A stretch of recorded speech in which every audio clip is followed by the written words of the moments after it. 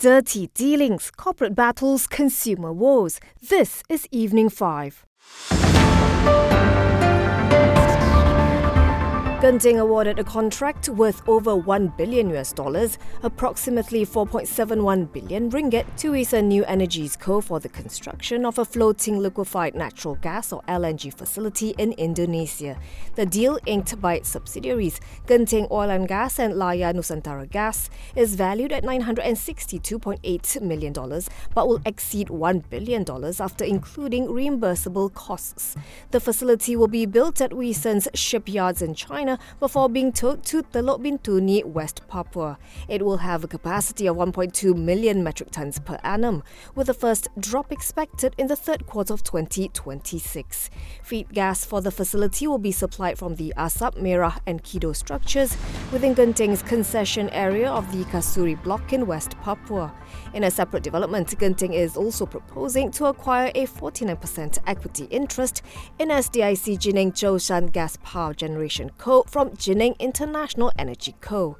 SDIC Jining is developing a 2x745 megawatt gas-fired power plant in Zhoushan, Zhejiang Province.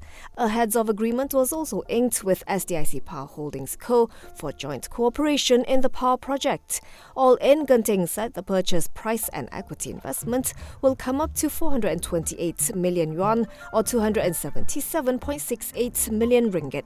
Genting President and COO Datuk Sri Tan Kong Han said SDIC Jining is expected to contribute up to $8.6 billion in revenue over 25 years.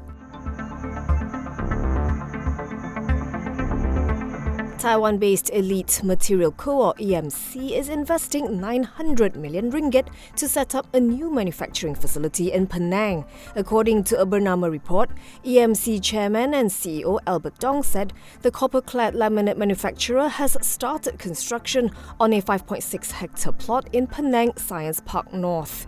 Work is being carried out in two phases, with the first phase expected to be completed in the first half of 2025.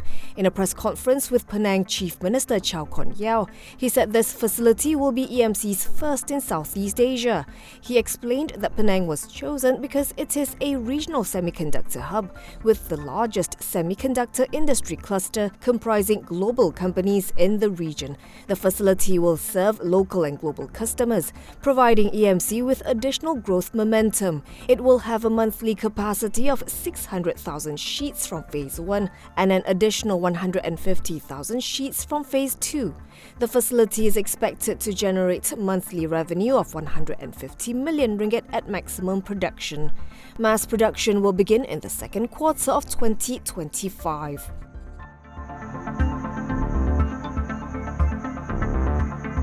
Chinese coffee house chain Luckin Coffee Inc. is poised to enter the competitive Malaysian market.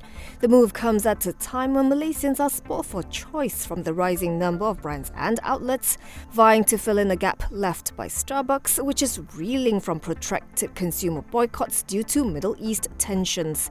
Sources say Luckin Coffee has an ambitious plan to open numerous stores here over the next 5 years and will be roping in a Bursa-listed firm as its local partner.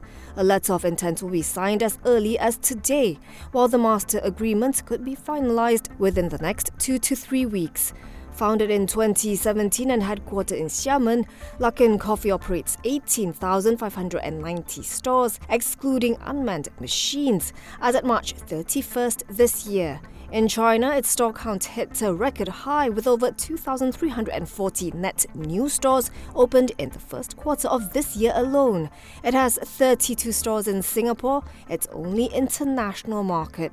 Luckin Coffee made its Wall Street debut in May 2019 before it was delisted in June 2020 following an accounting scandal in which it was accused of fabricating sales as well as inflating costs and expenses. Its American depository receipts still trade over the counter in the United States.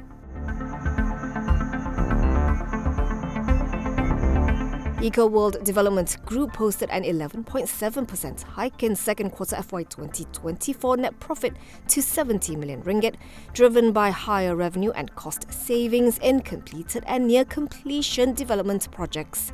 It declared an interim dividend of 2 cents per share.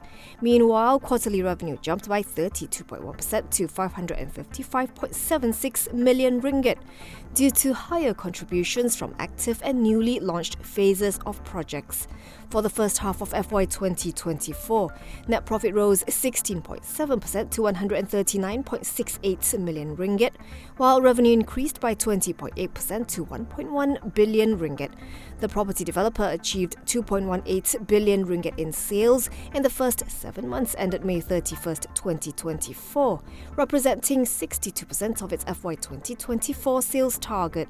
This was driven by strong demand for its properties, particularly in Iskandar, Malaysia, where sales amounted to 1.33 billion ringgit, accounting for 61% of the total. On prospects, President and CEO Datuk Chang Kim Was said the group is capitalising on strong demand in the industrial market, especially in the southern region of Peninsular Malaysia, with 420 million ringgit in sales secured under the Eco Business Parks pillar by May 31st.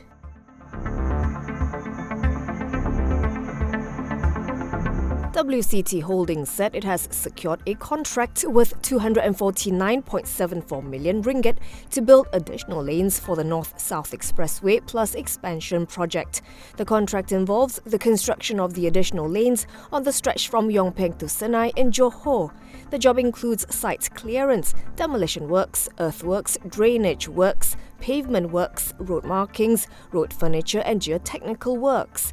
Work will commence on June 28th and span over 36 months. WCT returned to the black in the first quarter of 2024 after 2 consecutive quarters of losses, thanks to improved results from its construction, property and property investment segments. Net profit for the 3 months ended March 31st was 16.14 million ringgit compared to a net loss of 7.69 million ringgit a year earlier, while revenue rose 15.5% year-on-year to 467.39 million ringgit from 404.65 million ringgit. Shares in WCT closed 1.3% lower at 76.5 cents today, giving the company a market value of 1.08 billion ringgit.